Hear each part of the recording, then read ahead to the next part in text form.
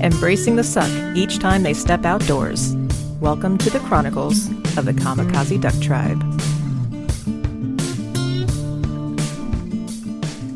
So we finally wrapped up our 2019 deer season, or at least that's what we think. We're going to go hunting again in the morning, but we're not really going for deer.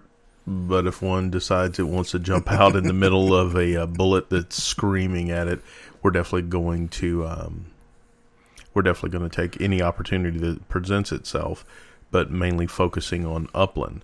But I think I wanted to talk about how you felt about this season. I mean, how do you feel it went? Were there any ups, any downs? Especially the downs, because you know that's what the listener wants to hear. It's all about the suck. It is absolutely about the suck. No, I think it was a great year. Just for several reasons. You know, it's always great to get out there and see things. We were both able to purchase crossbows this year, which was phenomenal. I'm really excited for next year for that. And then for me, most importantly, was our newest tribe member being able to harvest their first deer. That was really awesome.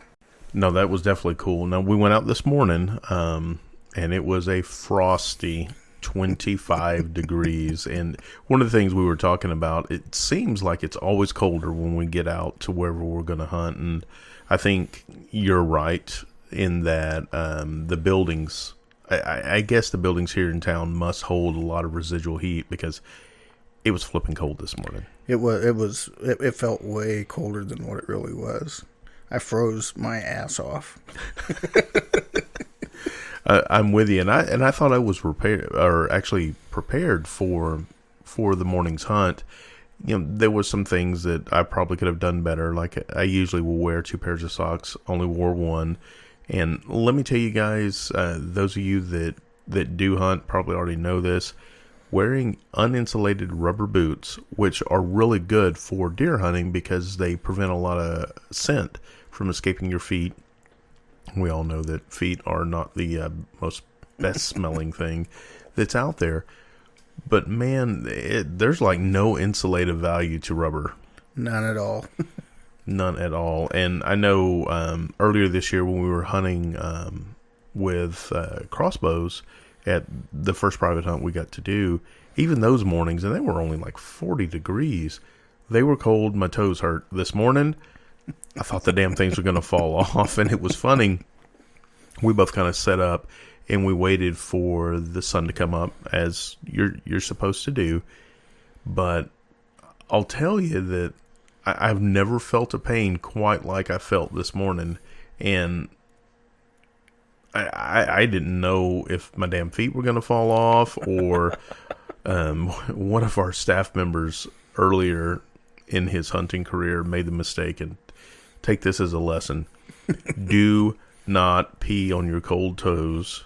Do not pour coffee on your cold toes because it will feel good for a moment, but then it's going to feel a lot worse. And not to mention the shame that you're going to have for having peed on your toes. And that lasts for years. That'll never go away. Never, for that never. Young man. And you know what? What's funny is he probably is listening to this going, well, you know, when those bastards die, I probably won't have to hear about it because we're the only the 2 people that know about it. But now you guys know about it. Yeah, now everybody knows. And all you got to do is contact us, and we will give you his name. No, I'm just kidding. We wouldn't do that to you.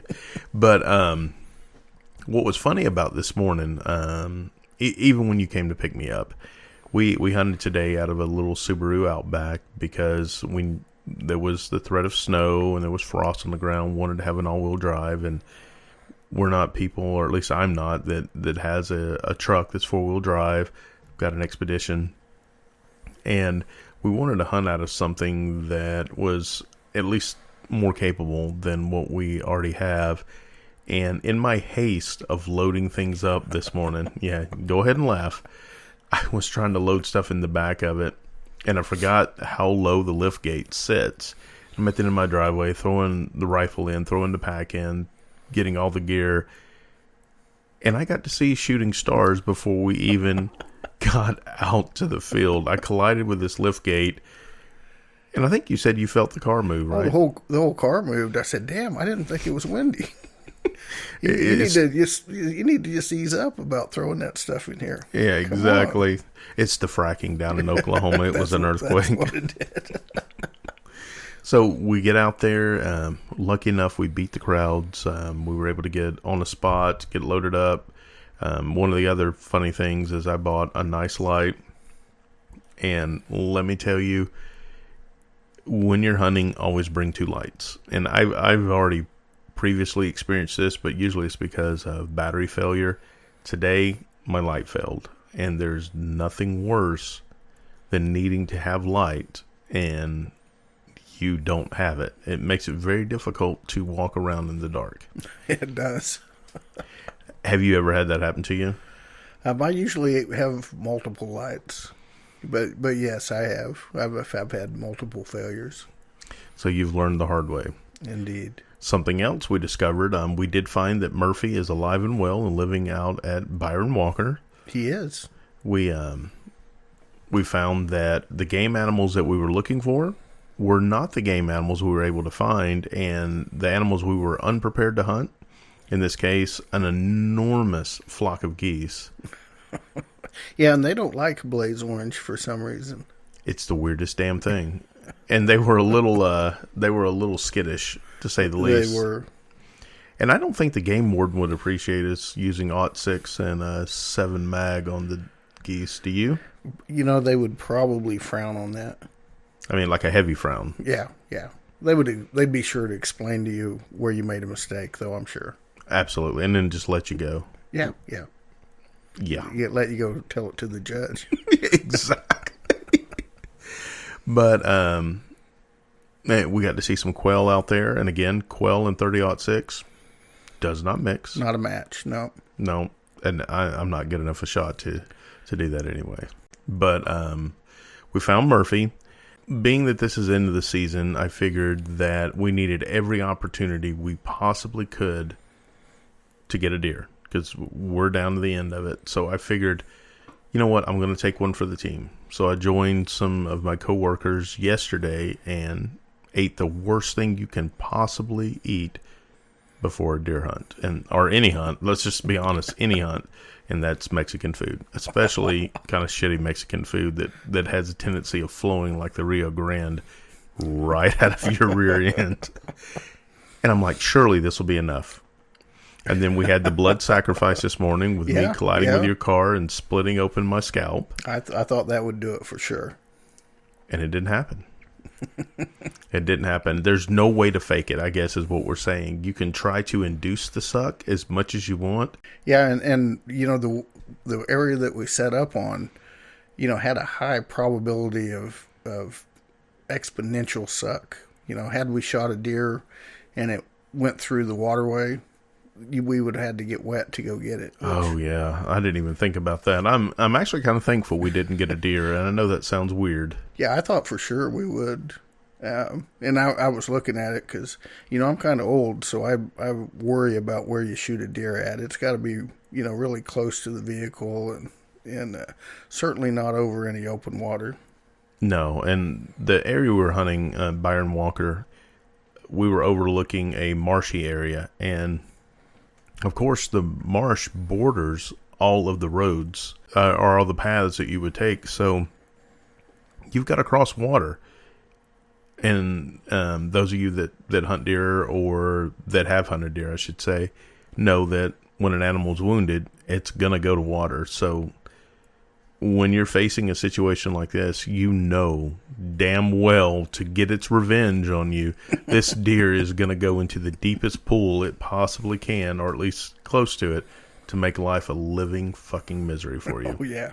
Yeah, and the ice wasn't quite thick enough to walk across today. No, it was not. It was there, but it was not trustworthy by any stretch of the imagination. And it's funny you bring this up. There was a time when I was hunting with you where I was like, that deer in this case is a big deer. Why aren't you shooting at it? Well, I don't want to have to drag it back. Well, isn't the purpose to get a big deer? And now the longer I hunt, I understand, how bad is this going to have to suck to get back? Yeah, you got to be really selective. And the older I get, the more selective I get. Hey, we were walking through and we saw some massive deer tracks on the other side, and I was just thinking, God, I hope we don't find this thing. I hope we don't. And then we see the little itty bitty Bambi, 60-pound deer tracks, and you're like, man, that's what I'm looking for. That's the one I'm after. I don't even care anymore. I just don't want it to suck to have to drag this bastard out 3/4 of a damn mile or whatever it was. Right. What did we end up walking? I mean, granted, it was only 3 miles out there, but right. Yeah, it was about as easy as it gets for what we typically do. yeah, but still, dragging a deer 1.5 miles back to the truck. That's a chore. Yeah. Not interested at all. You remember those tracks that we saw with a guy where they were dragging it out? It's really funny because if you hunt long enough, you can. Of course, we're all looking for tracks. You're looking for deer tracks and other animals. But what was really funny is close to where we entered at, you could see cart tracks, deer cart tracks. Very skinny little hard tires, but you could see the way the feet were placed. And usually, most normal human beings have I don't know, how long would you say a standard pace is, or like I don't know, 3 foot maybe. Yeah, 3 foot, 24 inches, but you could see the feet were like 6 to 8 inches spread out each step, and they were splayed outward, so you could tell that he was not selective in his shot. Well, the when we went in this morning, obviously the ground was all frozen, but earlier, when it was warmer, that road would have been slick as snot, and you could see that it was when he was dragging that deer. You could almost see the curse words in the ground. I just wanted to see the snow angel in the mud. And that's something that terrifies the shit out of me. I'm not going to lie. I've been on a deer drag several times, and when you're trying to drag this animal out, you're not standing upright. You're leaning away from it, using your body weight as much as possible. I'll tell you, you're looking back at that little thin rope that's between you and the deer, and that's the only thing that's saving you from doing a face plant into the dirt. And I'm thankful one hasn't broken, but it's probably a good time to maybe change the ropes. But it looked like this poor guy was struggling pretty hard. You could see all the slip marks, and I didn't see a face print in the mud. No mud angels. Mud angels. Jesus. So that was pretty funny. Now, something else that was interesting, those of you that have at least gone to the lake probably understand this, but you've only done it in warm weather. I got to get a, what would you call that, a lesson? A good lesson in pit toilet aerodynamics. Absolutely. A pit toilet, just like it sounds, when you go out to hunt in a lot of these areas or go out to the lakes, it's basically a hole in the ground that has an exhaust shaft that comes up above where the bathroom is. But what's really cool, and I'm using the word cool quite literally in this, is when the wind is blowing across that, it draws a vacuum. And let me tell you, you think the seat's cold, but when you feel that cold air as you're sitting on that toilet, I'll just leave it to the imagination. That's actually called the venturi effect. Is it now? And that is how a carburetor functions. That's exactly the principles involved in making a carburetor work. When you pass a volume of air through a restriction, it creates it accelerates the air and causes a low pressure, which would be inside the pit toilet. Yes, it is. And if you were fortunate enough to seal that relatively small toilet opening with your body, you could experience an unpleasant change in atmospheric pressure. Yes. And this was bad enough. Let me say you're highly motivated to be done with your process. It's never a very, what's the word I'm looking for? Comfortable experience. Right. Because, I mean, a pit toilet is exactly what it is. You're That's literally a last resort. Yeah, well, no, second to last. Last resort is using snowballs to wipe your ass. That's low. That's very low. But sitting on a mountain of shit and toilet paper is... Yeah, don't drop your phone. Oh, for the love of God. Yeah, that is one thing I will tell you. Make sure your wallet, keys, and phone are in pockets that have closures on them. Because that's when it's going to happen. Guaranteed. Yeah, fortunately, Murphy got us with the geese, so he didn't need to do anything more. Yeah, thank God. Thank God. Now, on the flip side of this, we did get a opportunity to hunt some more private ground. One of our listeners gave us an opportunity to go out with him and the people he hunts with out in western Kansas. And I think I'm going to let you share the story, but I'm going to frame this up with a question. When is too much coffee really too much coffee, Brian? Well, it kind of depends on how old you are, I think. But yes, we started out. We were going to meet our party at 3:30 in the morning, which meant we left our homes about 2:30. So we were going to drive to from Wichita here, which is a metropolitan area, which usually has an abundance of gas stations that are open 24 hours, to a relatively rural area, which, come to find out, does not have 24-hour gasoline facilities. And I'm going to stop you there real quick. It's such a rural area that our party said, well, yeah, you can't miss it. It's the only gas station in town. On the highway. On the highway, exactly. Go ahead. So we get out there. And I've got to use the bathroom, but it's okay because we're going to meet at this time. We're going to, since we already drove a couple hours to get out there, we got to be close. Surely. Be close. So, I can wait another 30 minutes, surely. Well, we start driving, and the other thing is, I didn't know that it was going to be like a NASCAR experience. Because I'm old and I'm conservative. I drive slow. I mean, I drive a Subaru Forester, so I can't go real fast. But we're flying down these back roads, 70 miles an hour. I've got to piss like a Russian racehorse. I mean, it's making it hard to see. The urine level is getting up where, we're making these turns. And we're going like 30 minutes, and I'm like, good God, you need to call him. I've got like 5 minutes max, and I'm done. I'm pissing whether I get stopped. It's going to happen.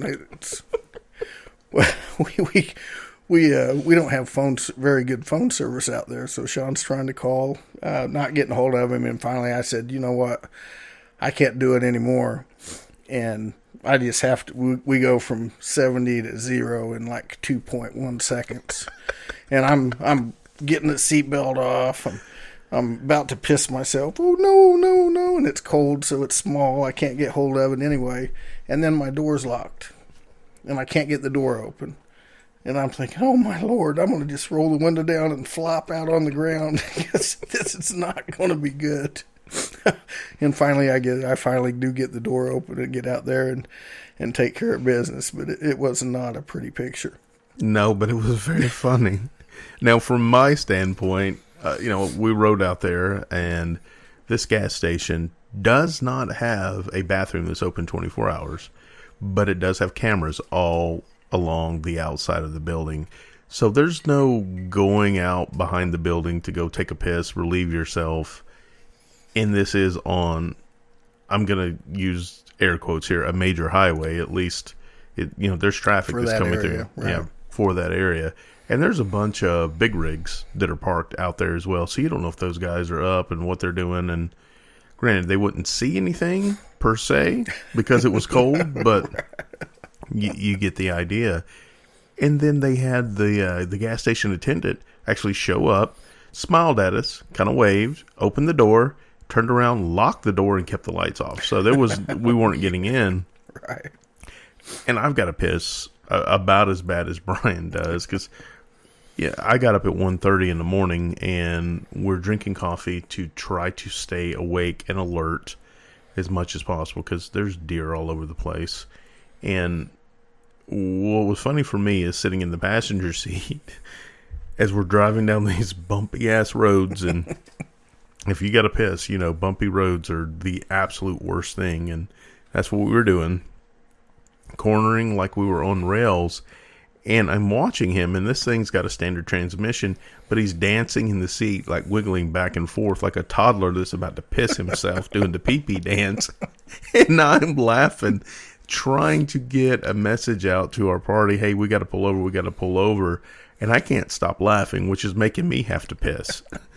And the next thing I know, I think that Brian has ditched us, like literally drove us into a ditch, because it's like you could hear the terror in his voice. I gotta go, fuck it, we're gonna stop. And the next thing I know, we are at a complete stop, and it's just, I don't know how you found this little driveway out in the middle of who the fuck knows where we were at.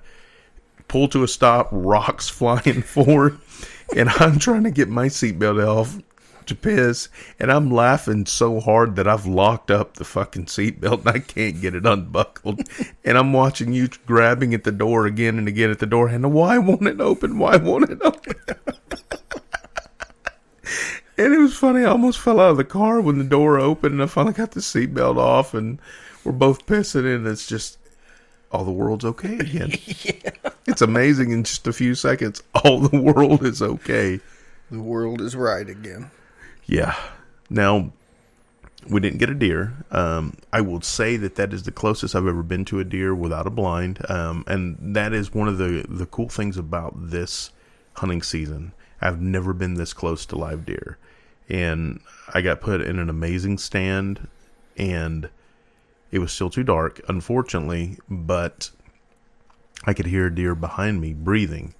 And at first I thought it was one of our hunting party that was screwing with me because it was a pretty heavy breath, but it turned out to be a deer. And then I got to see a shadow in front of me. And then as the light came up, still wasn't shooting light, there was a doe right in front of me. And I'm just sitting in this stand, and she's, 20 feet away from me. Mm-hmm. But there wasn't enough light coming through the scope to make a good shot, and it wasn't shooting light, I should say. Right. And granted, we're on private land. The likelihood of running into a warden is low, but the rules are the rules, and we follow them for safety. It's not about what we want to do, but can you positively identify what you're hunting? And granted, at this time, it was, you could still shoot bucks, or you could still shoot does, but can you make the ethical shot that you need to? And the answer for me was no. If I can't guarantee, at least to the best of my ability, that it's going to be an ethical shot, I don't take it. Right. But damn, was that cool. Yeah.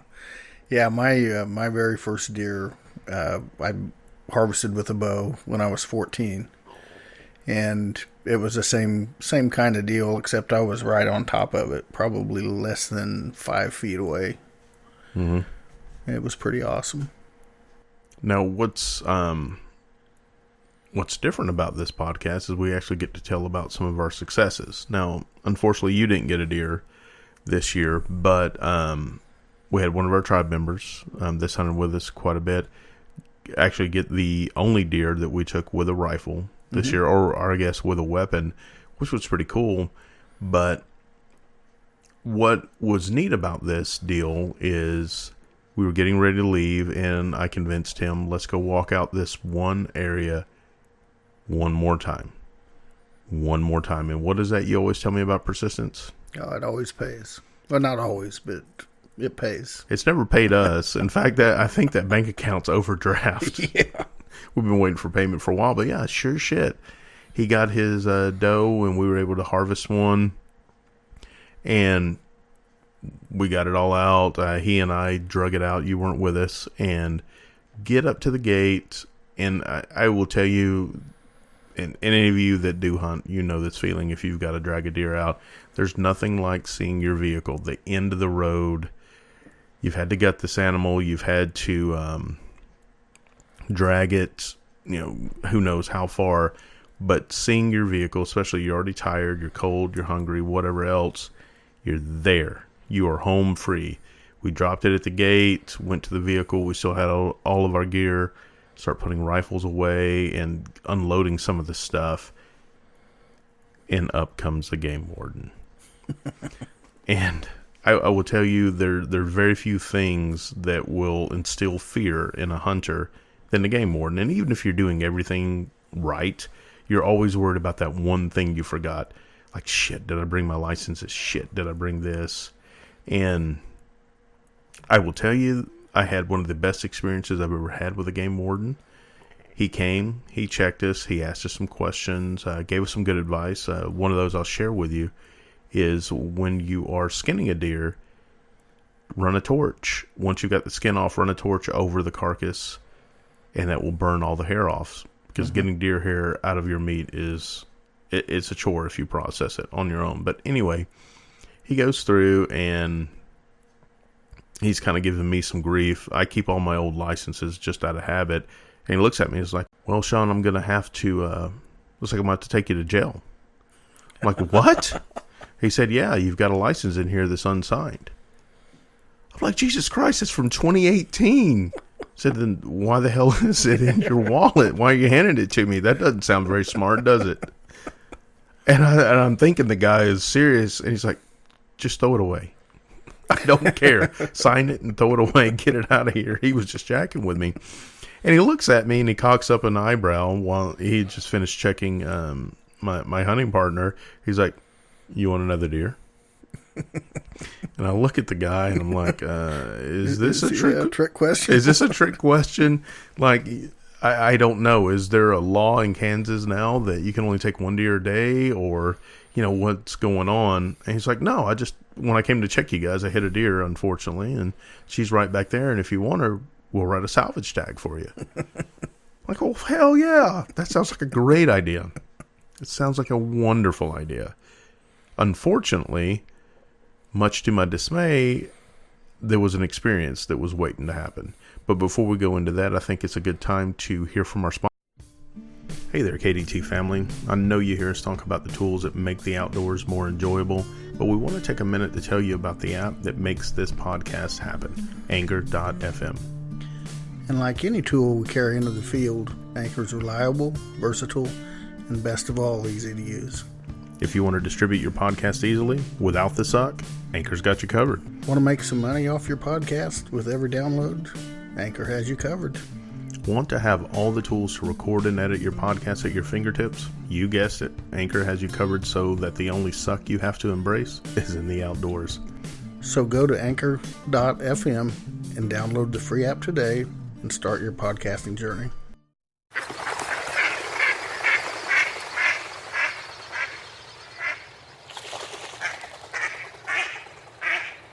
We were talking about the game warden that gave us the free deer. Now, I'm going to tell you, there's no such thing as free. No such thing as free at all. We get everything loaded up. We drive down to go get this deer. And I'm very thankful that I had my hunting partner. Because any of you that know me, I get sick when it comes to cleaning animals, even a fish. Fish I can almost handle, but I don't know if it's because I'm so late getting exposed to this kind of, this kind of culture, but it bothers me to a level. And there's just something about the smell of a deer. It smells like metal and piss and liver on the best circumstances. So it's very off. That was just the road-killed one. No, it's not. No, it's not. I've been around enough of them, like the one that the same guy shot last year that it stunk up the entire damn garage where we were cleaning it. But anyway, I was lucky enough that he was here with me. So we go over to this deer, and it's a little bit warmer part of the day. Started out really cold, but not near as cold as it was today. And I could see that the abdomen area was kind of swollen. So I asked him, because he's more experienced, like, hey, do we need to worry about this? Is this, gut rot or, the whatever you want to call that expansion of gas? He's like, no, we're fine. He's pressing on it. See, it's firm. She's just a really fat doe. I'm like, are you really sure? No, she's just really fat. I imagine you guys can imagine or I imagine you guys understand from the tone of my voice, that was not the case. It was a fat doe, but that's not why. So I've never actually cleaned a deer by myself. I've helped you a couple times, and it usually ends up in me getting sick. And you having to go ahead and laugh. It's all right. I'm okay with it. I embrace that part of this deal. I still haven't gotten over it yet. I'm a big puss, but I'm trying to gut this animal, and this tribe member does it differently than the way that you've instructed me to do it. And we're going back and forth, and I know usually you like to cut around the anus first and make all those other cuts, and he was insistent that I cut where the sternum was first. I know it sounds weird. I see by the look of your face, and I made the same deal, and I wanted to make an incision at least where the stomach was, because I know that that's got to happen, and the gut hook wasn't working. It was kind of a pain in the ass. I got some of it done, and he's like, okay, we'll take the bone saw and let's go ahead and crack the sternum. He wanted to do that first. And I was real careful when I cut the hide around where the stomach was. But I'm sitting there, and any of you that have used a bone saw or a hand saw know you kind of lay it flat and do a couple strokes so you get a little trough to hold the teeth, so that when you lift up and get more aggressive with it, it doesn't dance around, get your hand, or do anything like that. So I do 1 stroke, 2 stroke, 3 strokes, and then I tip it up, and I'm getting ready to ask him a question. So I've got my mouth open, and it pierces the skin, and yeah, the guts had been hit in the collision, and it farted on me, and I'm like almost falling backwards in the ditch trying to get away from this smell, dry heaving. And I dry heave for 15 flipping minutes. So again, don't eat breakfast if you're going deer hunting. If you've never gone, if you have gone, you know this. If you haven't, words of wisdom. Sausage, biscuits, and stuff like that, not a great idea.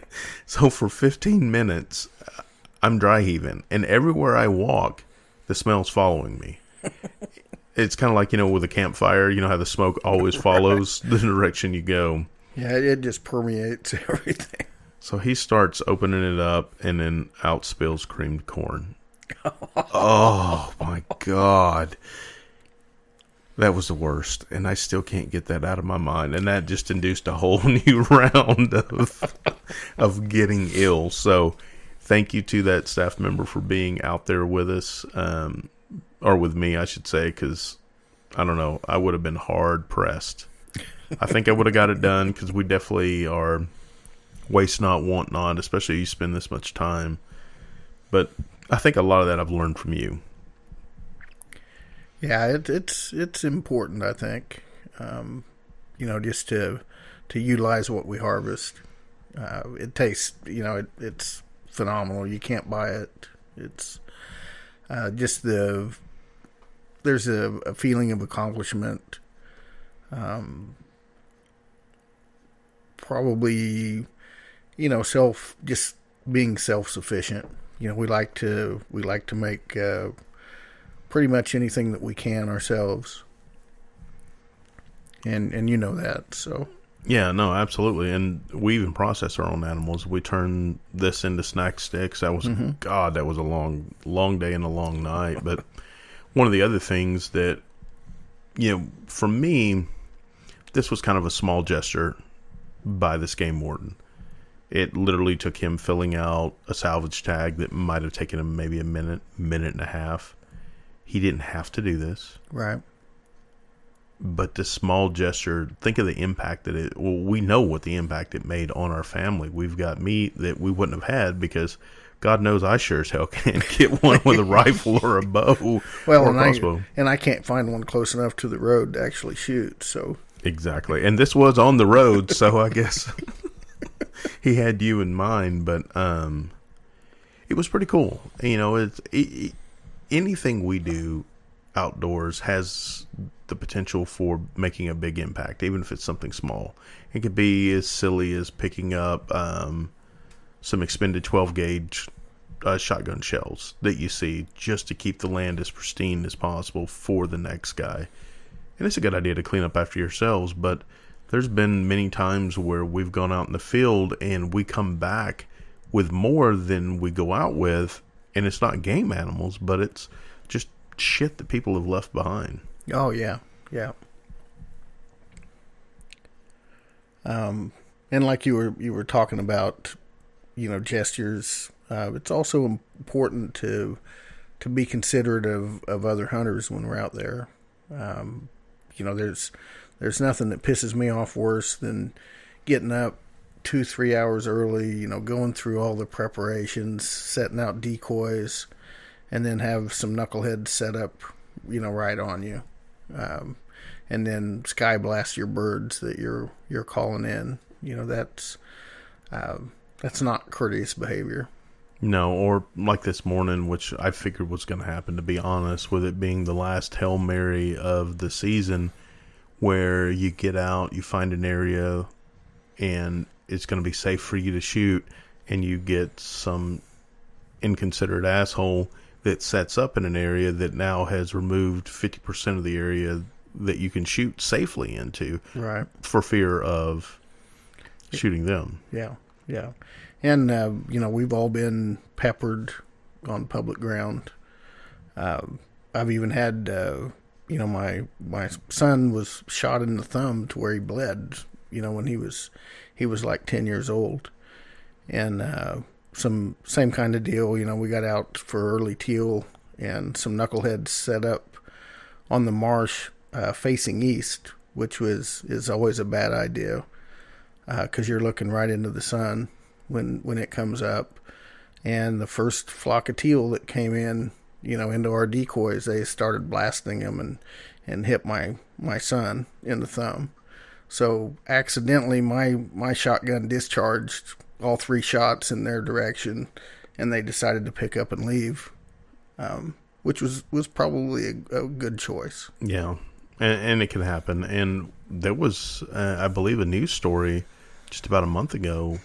It's been since our last recording that 2 hunters were actually in Kansas were, I don't want to say damaged, they were harmed or they were injured. Good God, I can't think. It's been a long morning, guys. Sorry. That were injured in hunting accidents. One of them was an upland bird, and the other one was a deer hunting thing. Right. And it can happen. And oh, yeah. Yeah. How many times have we gone out where we're deer hunting or upland where you're supposed to wear a game or blaze orange, and you see people that are out walking around with no orange on whatsoever? Yeah, that's a dangerous deal on their part. That the day that we harvested that deer, maybe about an hour before we actually harvested, there were 3 guys that I saw and I went up and spoke to that were hanging bow hunting stands while we're out rifle hunting, no orange on whatsoever. And they look at me like, it's rifle season? Yeah. Yeah. You might. Do you have any orange that you can put on? I don't have any extra. I would loan it to you while you're doing this. Well, no, we don't have it. Okay, you gonna go home and go get some? No, we're gonna go hang the stand. Like, Jesus Christ. Okay, well, at least tell me what area you're gonna be in, so I make sure that's not an area I'm looking into. But right, no concern whatsoever. Yeah, that's just a lack of situational awareness on their part, and they put themselves at risk. Because you're trusting that somebody else won't hurt you at that point. Right. People you don't know. Exactly. And granted, I don't think there are many of us out there that are intentionally going out into the woods to harm another person. But, what is that you say? Once that bullet leaves the rifle, you can't take it back. There's no taking it back. It's done. So you better be sure that whatever it could potentially touch or whatever's in its path is what you want to shoot at. Yeah, absolutely. And they teach you that in hunter safety. Now, this morning, while we were waiting to walk out there, we got the opportunity to see some shooting stars. Oh, yeah. Yeah, that was really cool. And we've seen them quite a few times while we're out at Kingman. I don't know if it just because it's so clear or if it probably has something to do with the fact that that's just where we hunt so much. But it led to some conversations I think would be good to have here. And one of them was, we were discussing the role of the hunter within the ecosystem, the role of the harvester, so to speak. Right. Yeah, and it's an important aspect. You had talked about like the shooting star, the asteroid or whatever it is, entering the atmosphere and burning up. And those are, just like with the star, those are elements that are being reintroduced, repurposed in our ecosystem. And the same is true when we harvest an animal and then consume it. That animal actually becomes part of us. And it's really kind of cool to think of it that way. Yeah, and I hadn't really considered it, but you imagine this meteor, this chunk of rock or whatever is burning up in the atmosphere that has traveled around. Who knows what it's seen? Granted, yes, I know it doesn't have eyes, but what it's been exposed to, what experiences, if it was a living, breathing being, would have had traveling around the vast expanse of space, if it got to travel that far. And then in a brief, very brief, blinding flash, it is now a permanent part of our world, of our earth. And in many ways, these animals that we harvest, what experiences, what has it seen, what has it done, what has it given birth to? Sure, yeah. The summation of its experiences now, through us consuming this animal, are now a permanent part of our bodies, a part of ourselves. And in many ways, the experiences of the animals become so much a part of ourselves that it's almost inseparable with the experiences. Right. And I guess the really pressing part of this experience, and we're sitting here watching these meteor showers, and we've got our cups of coffee that are keeping us warm. This human invention, literally plant beans that have been dried and roasted in water, and I've spoken to this before. And one of the last articles I just wrote for our webpage was talking about these experiences that make you feel, to me, insignificant, but not insignificant in a way that's negative, that our problems are truly insignificant, like these tiny fleeting specks of dust in this ever-expanding universe that we're involved in. And if we're that speck of dust, what are our problems in relation to those dust? Even smaller. And we're watching these stars, or shooting stars. I keep saying stars, but they're shooting stars, meteors, whatever you want to call them. These chunks of rock and material that in a very brief moment, they're gone. And the experiences that we share, like we're sharing with you on this podcast, but the experiences that you're sharing with other hunters or other peoples in the outdoors, whether it be camping, whether it be fishing, whether it be anything other than sitting in front of a TV, that's all that's left behind for others to enjoy. We rarely remember the animals that we harvest, but the one thing we always remember and we always bring to the show are the experiences. Yeah, that's for me, that's definitely the most important part. Like you alluded to, very rarely, a year from now, we won't remember how many ducks we shot on what day, but you might remember when somebody needed to pee on their feet, just to warm up. Or the look of cream corn coming out of the deer carcass, yes. Yeah, I think I'm hungry now. I'm not. I'm going to go get some cream corn. I'm definitely not. But you had mentioned we were getting set up for this. That trip to Phoenix you made. Oh, yeah. In the mid to late 1990s, I lived in Camp Verde, Arizona. And during that time, I did a lot of bow hunting for javelina. And I don't know, that's not something that's normal here in Kansas, but they're about a 40 to 50 pound rodent that smells exactly like a skunk.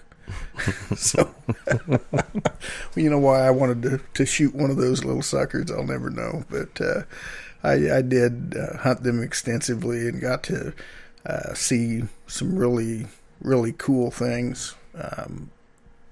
And a few years ago, I had the opportunity to go back to Phoenix. And during that trip, I ended up with an extra day. So I was able to drive back up there where I used to hunt. And it was remarkable. You know, you could still, or I could still remember the smells, the sensations, so many different things, so many memories that being back there brought up. That was really a cool experience. I guess the question, and one of our listeners may would ask this, do you remember the suck? You're remembering the good things, but do you remember the suck? Well, the cool thing about that is yes, you do remember the suck, but the pain goes away. You don't remember the pain of it, but you do remember that, yes, indeed, it sucked. Kind of like this morning where my feet were so cold that each step actually hurt. It was like your feet, like when your feet fall asleep, it hurts and it hurts and it hurts, but eventually the pain goes away. Right. So, as far as words of wisdom, you and I were talking about this on the way back. What do you think is the biggest thing out of this season that you would want to share with our listener that would be good advice for people that are just getting into this? I would say just keep it simple. Remember that the true benefit or true pleasure isn't necessarily the harvesting of the animal per se. It's more important to enjoy the experience, and that does not require, a lot of equipment and a lot of specialized stuff. You can do it, very, very cheaply.